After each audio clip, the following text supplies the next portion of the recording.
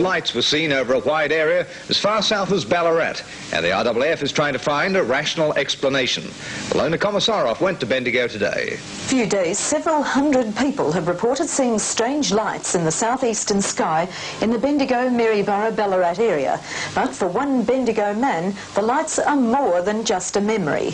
17-year-old radio announcer Mike Evans received calls about the lights on his late-night show. When he arrived home in the early morning, he saw them himself and then took these photographs from the roof of his house. What I actually saw appeared to be a white light at first, and then that appeared to change to red and then to green and then to blue. Through binoculars and also through the camera, they appear to be a cone type shape with rotating very, very fast.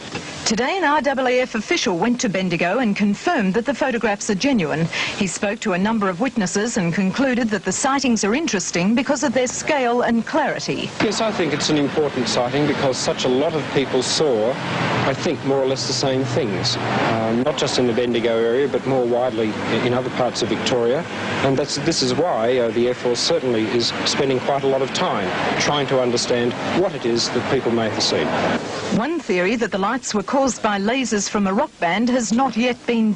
It's not a drawing by a UFO freak, but an accurate impression by a senior police officer.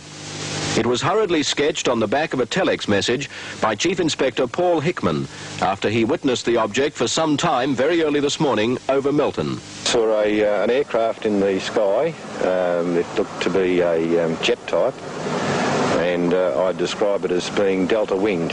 It had two white lights shining out the rear of it, and it had a white light out the front, and it had a red rotating light under the belly section, and it had a red light on the top of the carriage. Was it like anything you'd ever seen before?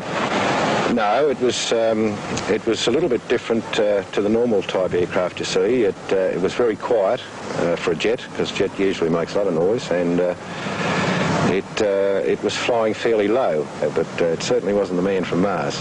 It wasn't that? No. Yeah, how do you know? Well, it was an aircraft. It was a jet aircraft of some description. Yet they didn't track it on the radar around here?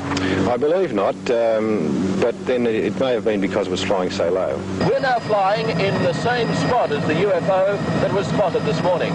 We're flying at approximately the same height and the same distance away from the police station. And we're told by Tullamarine Airport that they can see us on their radar screens. Earlier in the night, about 1 o'clock, two other policemen from Melton had chased another object with two headlights and red tail lights for a number of hours as it flew in a triangle over Melton, Rockbank and Sydenham. At first, police thought there was an easy explanation to the mystery sighting. It was, they thought, a gyrocopter, which is normally based here at the Melton airfield, about 5 kilometres out of town. But when they visited here this morning, the mystery deepened. When police called at the tiny airstrip, they were told the gyrocopter hadn't been based there for more than 12 months. The Department of Aviation couldn't help either. There had been no civil, military or police flying operations in the area, and nothing had been identified by radar, even though Melton is close to Tullamarine. So tonight, in the true tradition of UFOs, the Melton sightings remain a complete mystery.